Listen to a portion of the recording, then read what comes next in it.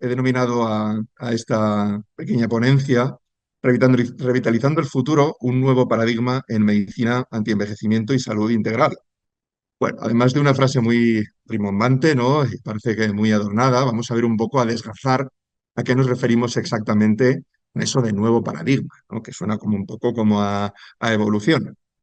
Y en cierto modo lo es. En cierto modo lo es porque, lo dicho, abordamos un poco el envejecimiento como algo casi como un estigma, ¿no? Prácticamente, eh, como algo que queremos evitar, pero que sabemos que no podemos evitar en cierto modo. Eh, pero claro, al mismo tiempo, no es considerado como una enfermedad como tal. O sí, hasta ahora.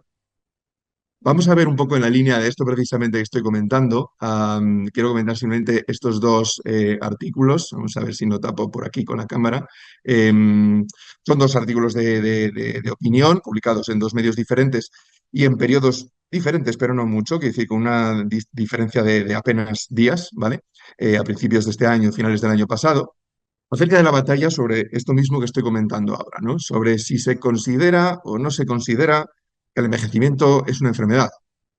Uno podría pensar que, bueno, que solo es un debate terminológico, que no tiene más trascendencia, pero sin embargo estas siglas que menciono yo por aquí de FDA, a muchos os será ya conocidas y a quien no, pues es cuestión de tarde o temprano nos afecta a todos, ¿vale?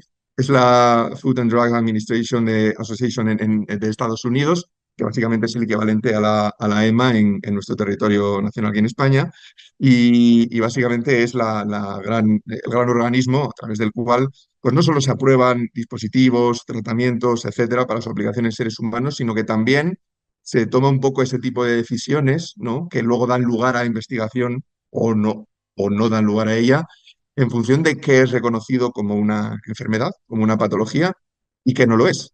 Y como veis, a pesar de que hay apenas días de diferencia, estamos hablando aquí que si la edad mayor, es decir, el envejecimiento no es una enfermedad, que si clasificar el envejecimiento como una enfermedad podría llevar a un desarrollo más rápido ya no solo de sustancias, sino de investigación básica que arroje un poco más de luz.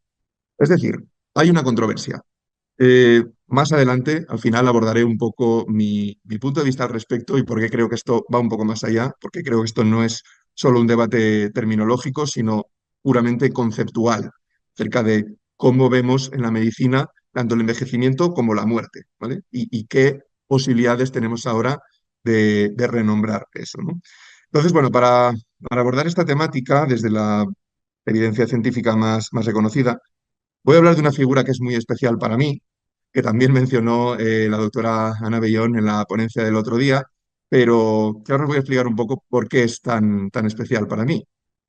Hablamos del doctor en biología molecular y celular Carlos López Otín. Bueno, pues lo dicho, ¿no? Es un primer espada mundial, es una referencia mundial. Fue, de hecho, en España uno de los integrantes del proyecto Genoma Humano y junto con Elías Campo se encargaron principalmente de la decodificación de todo el genoma relacionado con la leucemia linfática crónica. Y además a mí, pues como hematólogo, es algo que me tocaba de primera mano, ¿no? ¿Por qué digo que es alguien muy especial para mí? Pues bueno, no solo porque ha desarrollado casi toda su carrera científica en Oviedo, en mi tierra, sino porque además he tenido la suerte de que haya sido profesor mío en biología molecular en el primer ciclo de la carrera y profesor en el amplio sentido de la palabra. Además, yo utilizaría en este caso la palabra mentor. Sabes que alguien es una primera figura mundial cuando no solo tiene ese grado de excelencia académica, sino que demuestra el grado también personal. Y yo siempre recordaré que al acabar la carrera no sabía muy bien hacia dónde tirar. Ya sabía que me gustaba esta temática, toda la parte de antienvejecimiento como la hematología. Fui a hablar con él pues, por el prisma, la amplitud de miras que podía tener al respecto. Y siempre me recordaré bueno, yo te tenía obviamente en muy alta consideración, me refería a él, le traté de usted, y lo primero que hizo fue cogerme el hombro y decir, bueno, vamos a ver si de aquí a mi despacho conseguimos que me trates de tú y que tratemos esto con total confianza. Entonces, ese tipo de gestos, pues hombre, bueno, más allá de lo que supone a nivel mundial, pues bueno, los que hemos tenido esa suerte de tratar con él, sabemos la categoría que tiene detrás. ¿Por qué es tan importante esta figura? Pues bueno, por un paper, una publicación ya clásica, eh, publicada en Cell en 2013, hace 10 años, denominada The Hallmarks of Aging, una manera de decir un poco las marcas de identidad o las principales señas, piedras en el camino, llamémoslo X, sobre el envejecimiento, ¿no? Entonces, bueno, ese, ya digo, se ha considerado como un clásico. Se describían de forma resumida pues, 9 principales causas de envejecimiento a nivel tanto celular como molecular, etcétera, y se hablaba un poco de la relación entre ellas. No me voy a parar a detener ahora en detalle porque después vamos a hablar de unas cuantas de ellas, pero bueno, inestabilidad genómica, pérdida de la proteostasis, esa estructura que necesitan tener nuestras proteínas para funcionar bien, disfunciones mitocondriales, que es donde abordamos la energía. Algunas de las personas veteranas ya de Immunotech, estos pequeños frentes de batalla les suenan, les resultan familiares por lo que tenemos nosotros entre manos. ¿Qué pasa? 10 años después, en 2023, este año, se publica, digamos, el artículo homólogo, la revisión, vamos a decirlo así, de este mismo artículo, que tiene por nombre el mismo título, añadiendo un universo en expansión. A grandes rasgos, ¿qué se hacía? Bueno, se ampliaba este prisma o esta ruleta, llamémoslo de alguna manera, de causas diversas del envejecimiento, que me salto por aquí. Y se englobaban principalmente en 3 grandes secciones: primaria, integrativa y antagonística, ¿vale? 9 de las mencionadas se mantenían y se añadían 3, a saber, pues bueno, aquí la denominada macroautofagia alterada, luego lo comentaremos un poco, pues, la habilidad que tiene nuestro propio cuerpo de digerir aquellas células, aquellos residuos que no necesitamos. Se añadía también la disbiosis, digamos que es una alteración en el propio microbioma, en la población bacteriana de nuestro organismo, y se añadía también la inflamación crónica como una de las principales causas de envejecimiento. Creo que es una causa que a todos nos es familiar. ¿De acuerdo? Entonces, bueno, lo dicho, no es mi intención meterme en mucho detalle, pero digamos que cuando se entra un poco más en terreno, en detalle, al hablar de este artículo, pues bueno, se van enfocando causa por causa las principales consecuencias de que eso sucede.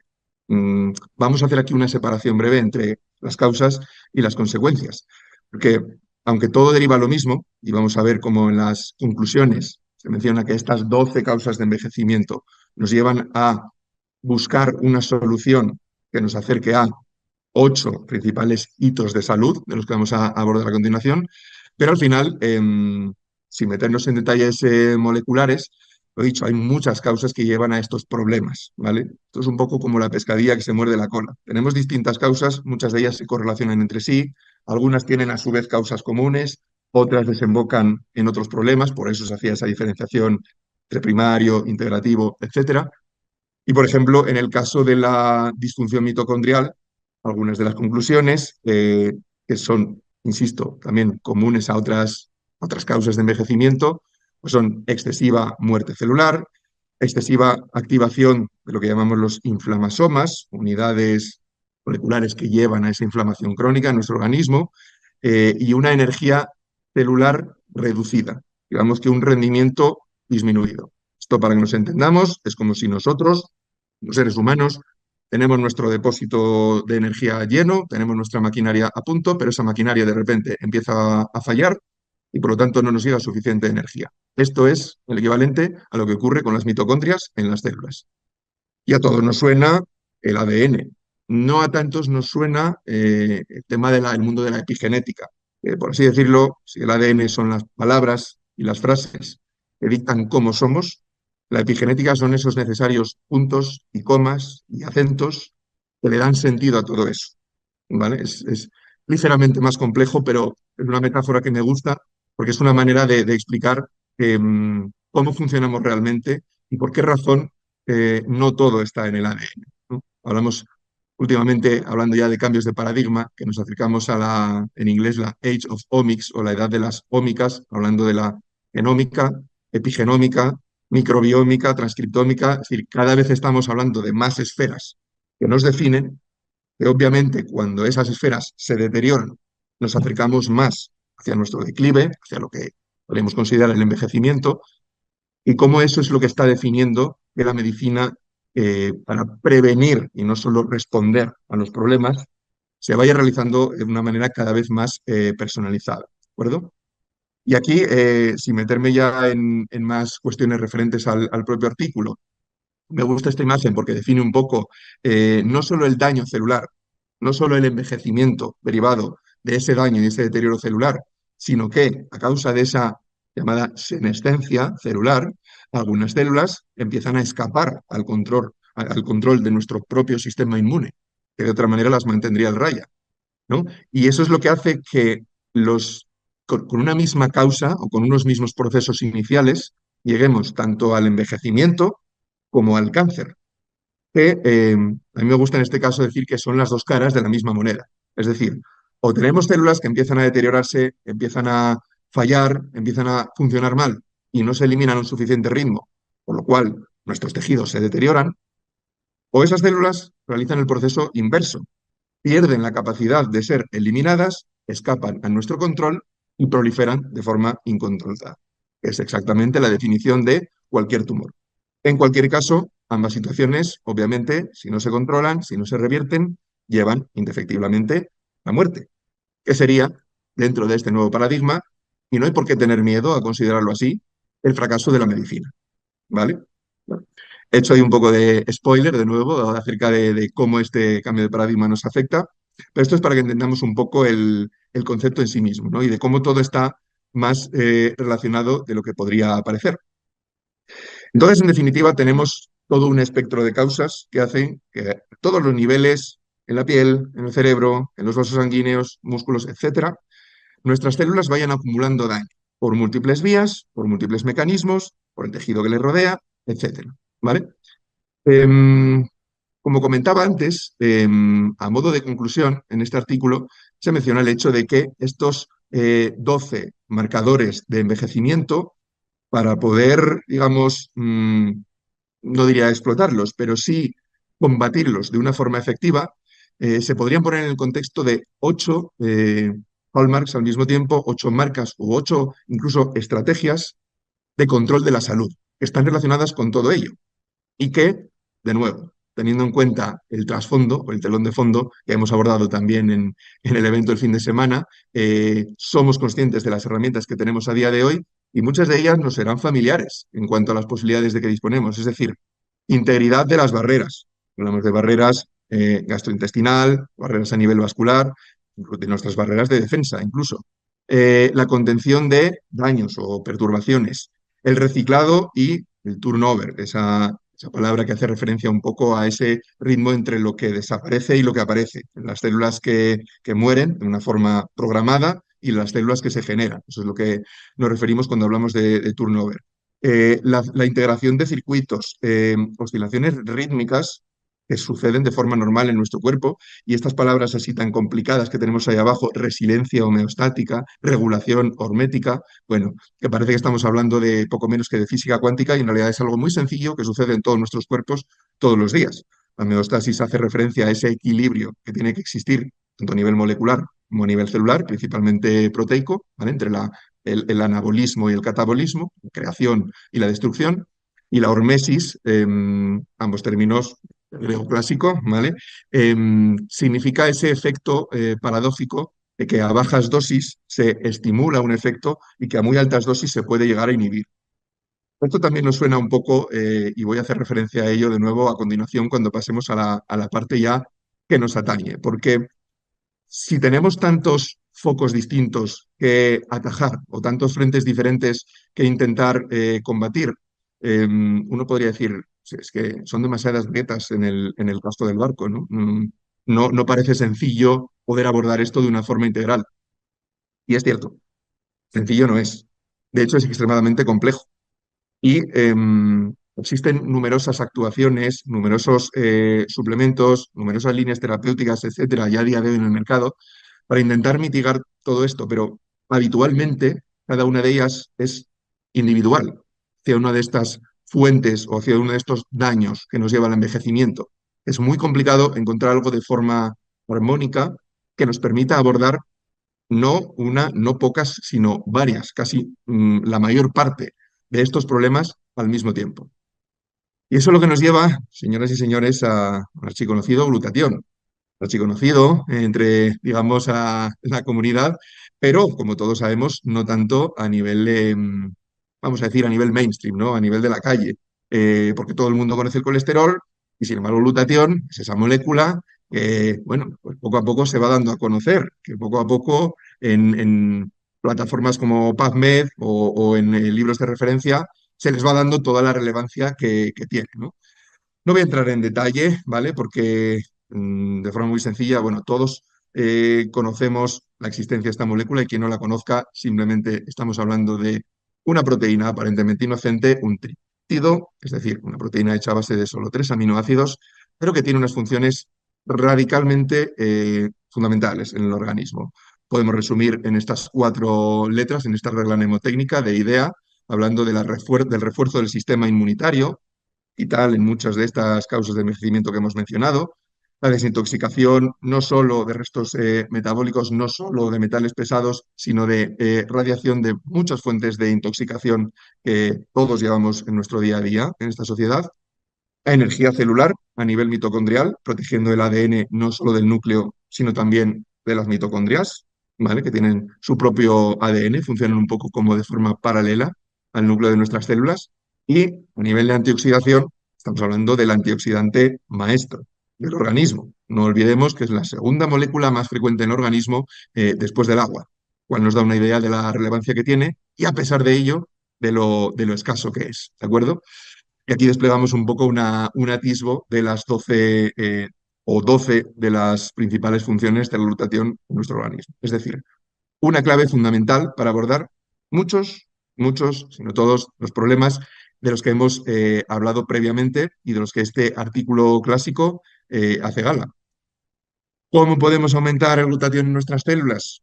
Que no tengamos que depender para ello de fármacos como la N-acetilcisteína, ese donante de cisteína que no deja de ser un fármaco, que no deja de tener una vida media corta, que no deja de ser no sostenible en el tiempo. ¿Qué otro arsenal tenemos en nuestra caja de herramientas para poder aumentar los niveles de glutatión?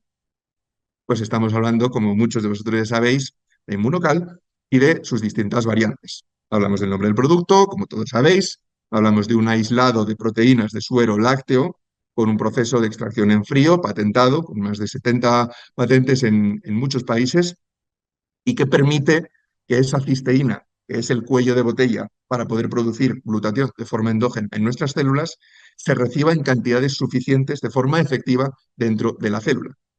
Bueno, como todos sabéis, esto se puede complementar con muchas premisas adicionales. En el caso de Immunocal Platinum añadimos creatina, añadimos complejos péptidos reguladores de citoquina, moduladores. En el caso de Sport, esa citrulina, ese precursor del óxido nítrico, pero en cualquier caso son complementos y ayudas extra a esa función principal que tiene el glutatión y que al final, como podéis ver, no habría más que co- cotejar un poco todas estas funciones que sabemos que tiene glutatión con lo que hemos mencionado previamente, con todas esas vías de envejecimiento que sabemos que existen. Es decir, y es algo a lo que, un ejercicio al que invitaría a muchas personas, tanto de la comunidad científica como de cualquier persona no relacionada, a buscar una estrategia única que permita abordar tantas causas de envejecimiento al mismo tiempo. Pero la cuestión es que no está solo. Si utilizáramos la alegoría del glutatión como unas fuerzas, cuerpos de seguridad, ¿no? Del Estado, digamos que el sulforafano sería el combinado perfecto, el agente perfecto o el vehículo que esas fuerzas de seguridad utilizan para pagar todos esos incendios, ¿de acuerdo? Entonces, bueno, no sin entrar así en mucho detalle, la combinación de glutatión con el sulforafano lo que nos permite es proteger de una forma más efectiva a las células de ese estrés oxidativo y reducir el daño celular, lo cual en última instancia pues, apoya la desintoxicación del organismo y refuerza las defensas antioxidantes. Es decir, como estaba mencionando antes, un incremento, un chute de energía extra. Y por eso, hablando de las estrategias o de las vías de envejecimiento que tenemos antes, ese chute extra lo venimos a llamar booster porque es exactamente de lo que estamos hablando, ¿vale? Esa combinación no solo del sulforafano, sino también del selenio y la vitamina C, que actúan como los complementos ideales dentro de ese arsenal que tiene el glutatión para tratar la antioxidación, que nos permite, en última instancia, sobre todo cuando lo combinamos con productos como la coenzima Q10, los ácidos grasos omega 3 y la vitamina E, a llevar a este abordaje absolutamente multifactorial, ¿vale? ¿Qué hacemos cuando añadimos este tipo de complejos, cuando añadimos estas moléculas que son claves a la hora de suplementar en la dieta? Pues potenciar la acción de antienvejecimiento a nivel celular, principalmente los omega 3, como decía, sobre todo los EPA y DHA, que son los que están principalmente presentes en omega 5, mitigan el estrés crónico a nivel celular, lo cual pues, obviamente es una clave básica del antienvejecimiento. Le añadimos la vitamina A, que protege las membranas celulares del daño oxidativo, y la coenzima Q10, que es crucial en la cadena de transporte de electrones en las mitocondrias. ¿Recordáis esa factoría, ese motor que utilizan las células para producir energía?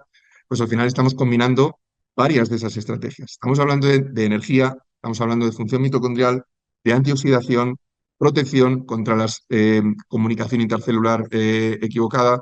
Es decir, estamos prácticamente, si utilizáramos la alegoría de una diana, lanzando varios dardos a la vez hacia todo o prácticamente todo el diámetro o el área de esa diana. Y eso, pues, como imagino que entendéis, es muy complicado. Yo invito a cualquiera que busque una alternativa, muy complicado de encontrar en el mercado a día de hoy. A la hora de pues, optimizar esa protección contra el estrés oxidativo, mejorar la función mitocondrial y reducir la inflamación. Y hablaba al principio de que estamos entrando en esa edad de los omics, ¿vale? De la genómica, proteómica, epigenómica, porque cada vez tenemos más información de nuestro organismo, de todos los niveles en que acumulamos esa información. Ya sabemos a día de hoy que no solo somos un conjunto de genes, que no somos solo un conjunto de palabras, sino que esas palabras tienen acompañamiento, tienen puntos y comas, tienen acentos, tildes, etcétera. Y eso es lo que está llevándonos a este cambio de paradigma que una medicina más personalizada, porque al final no hay dos personas iguales. Los médicos siempre dicen que, decimos que no hay, digamos, no tratamos enfermedades, tratamos pacientes. Y cada paciente es un mundo y cada persona es totalmente diferente, tanto con respecto a su enfermedad como respecto al resto del espectro en el cual podemos definirla. Entonces, para hacer un poco de acopio, de resumen, hablamos del envejecimiento como un proceso, como un conjunto de procesos patológicos, es decir, lo que nos referíamos como una enfermedad, ¿vale? Pero ese debate inicial del que hablaba, que parece terminológico y que en realidad tiene su importancia a la hora de darle la relevancia que tiene el envejecimiento y de cómo abordarlo y desde qué puntos llevar a cabo esa investigación, es fundamental. Y las herramientas y las estrategias que tenemos para combatirlo, obviamente, a medida que esta investigación, una vez que se da este cambio de paradigma, continúa avanzando, disponemos de más herramientas. ¿Necesitamos hacer un abordaje multifactorial? Sí, lo necesitamos. Esto es muy complicado y no hay absolutamente, a día de hoy, ninguna llave definitiva para combatir o para desterrar el envejecimiento por completo. No tenemos un elixir de la inmortalidad definitivo, al menos a día de hoy. Aunque tengamos un producto que, aunque no sea considerable como tal, podríamos decir a día de hoy que es de lo que más se acerca en este paradigma. Hablamos del antioxidante maestro y hablamos de su complemento perfecto. Hablamos de glutatión, hablamos de sulforafano y de otras moléculas que actúan, en este caso, como complementos en esta batalla.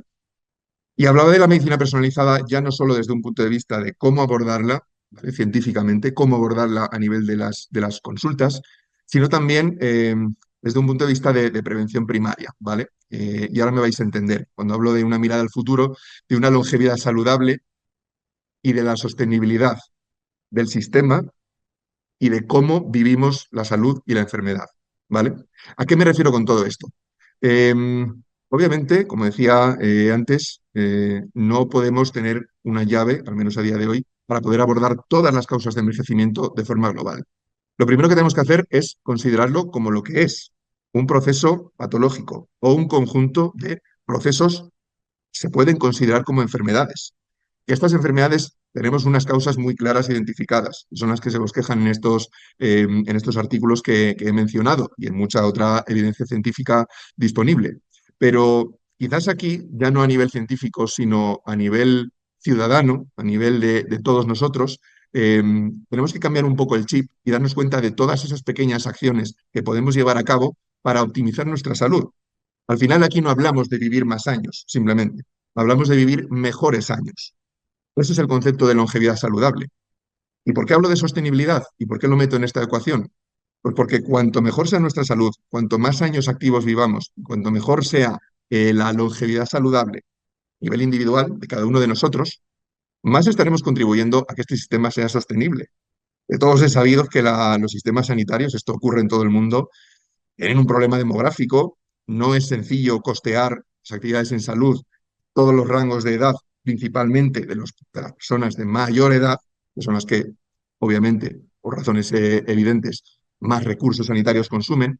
Entonces, podemos darle la vuelta a la situación y decir, ¿qué puedo hacer yo para intentar mitigar esto, para intentar ralentizarlo o incluso en algunas ocasiones revertirlo? ¿Vale? Pues obviamente nosotros no disponemos de los medios millonarios que se disponen en algunos laboratorios punteros o algunos eh, particulares, privados, multimillonarios pueden llevar a cabo para abordar todas estas estrategias de forma individualizada. Pero sí tenemos buenas herramientas, y es aquello de lo que hemos estado hablando en esta presentación, para abordar cuantos más mejor. Obviamente, esto no va solo, tenemos que acompañarlo. Yo siempre lo digo, no importa que tomemos Inmunocal, un booster, omega 3, coenzima Q10, no importa que hagamos eso si después llevamos una vida sedentaria, hacemos ejercicio, comemos lo que nos da la gana, comemos lo que no está escrito, etcétera. Es decir, eso es resolver el problema por un lado y estar pegándonos golpes, hachazos en nuestro propio barco por otro lado. Si queremos aprovechar al máximo esa nueva propuesta, es decir, vamos a luchar contra el envejecimiento de forma activa con esta valiosísima herramienta, lo ideal es complementarlo. Y yo creo que si nos tenemos que quedar con un mensaje, aparte de toda esta ciencia y aparte de toda esta historia, o si me gustaría que nos quedásemos con una conclusión de esta ponencia, es precisamente eso, ¿vale? Más allá de la brillante herramienta que tenemos en nuestras manos, ¿qué podemos hacer a nivel individual para optimizar nuestra longevidad saludable? Que recordemos, no se trata de vivir más, sino de vivir mejor, porque una cosa llevará indefectiblemente a la otra. Yo simplemente quisiera cerrar con esto porque, como veis, he hecho este ejercicio ya no como médico y bueno, puedo estar por aquí con un poco con todo el aditamento, pero al final, como todos los aquí presentes, soy también un ciudadano, también pues, como normal, hago mi deporte el que buenamente puedo, pero quiero quitarme un poco ahora ese rol, quiero quitarme la bata en un sentido literal y metafórico también, para darnos cuenta de que esto no se trata de recomendaciones de salud, no se trata de autoridad. No se trata de que nos lo diga un primer espada mundial en biología molecular, la mayor evidencia científica disponible o cualquier otra fuente de información científica. Esto se trata de sentido común y de lo que nosotros, de una forma responsable, podemos hacer individualmente para que no solo nuestros años de vida sean más saludables, sino que además todo nuestro sistema sea mucho más sostenible. Eso es todo y muchísimas gracias de nuevo, por sí, por este altavoz.